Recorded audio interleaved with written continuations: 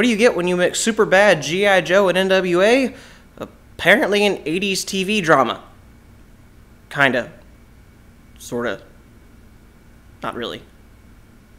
21 Jump Street. 21 Jump Street follows the story of Janko, a former high school football star and general big man on campus, and his best friend Schmidt, a former high school nerd who spent most of his day being stereotypically picked on by the popular kids. Both become good friends in police academy, but after they fail to properly arrest a group of drug dealers, they are assigned to work on 21 Jump Street, where cops go undercover as high school students trying to uncover a teenage drug ring before it spreads to other schools.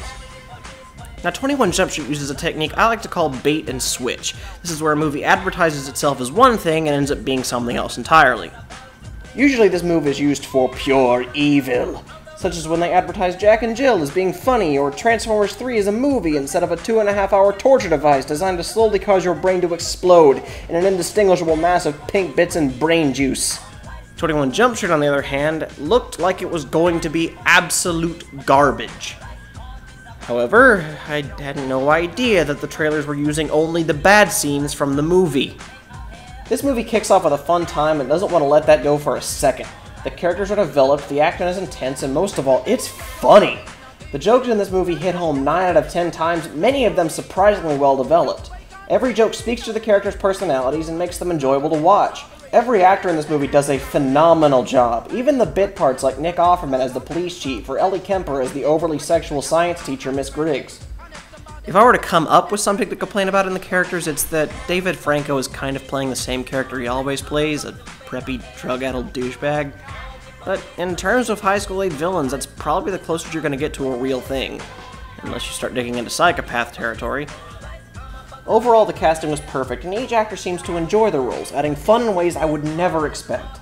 The strongest aspect of the film, though, was the chemistry between the main characters, Jonah Hill and Channing Tatum. Jonah Hill plays Schmidt, his usual awkward, dorky character, but with an interesting twist. Instead of making him just an intelligent dork, they play off the fact that being nerdy in the 80s and 90s is actually considered to be kind of cool in high school now.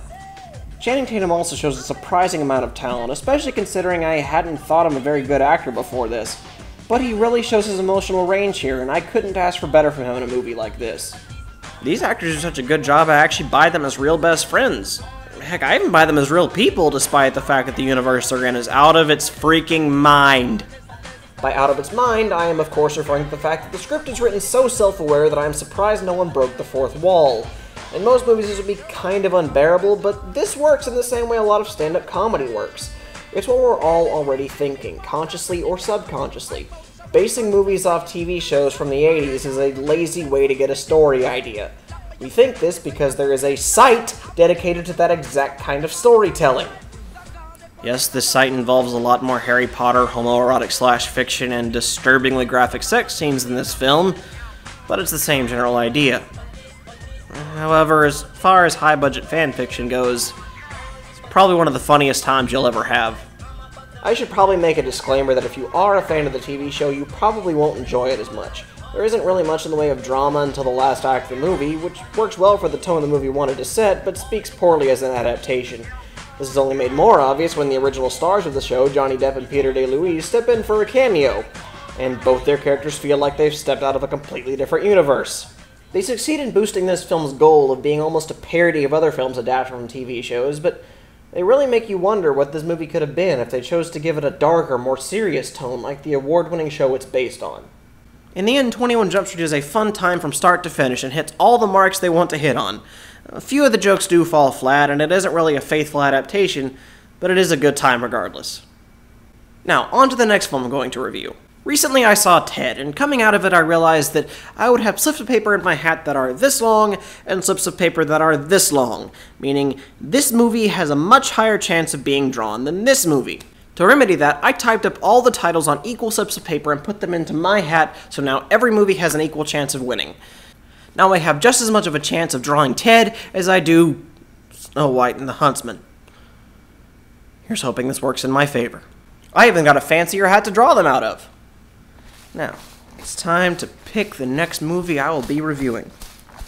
I've actually seen about 10 movies since the last episode, so, here's hoping I draw one of the good ones.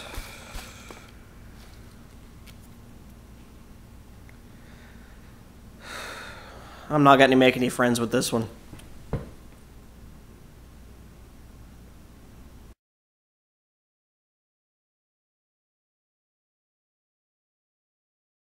One particle of unobtainium has a nuclear reaction with a flux capacitor. Carry the two, changing its atomic isotoner into a radioactive spider. Fuck you, science!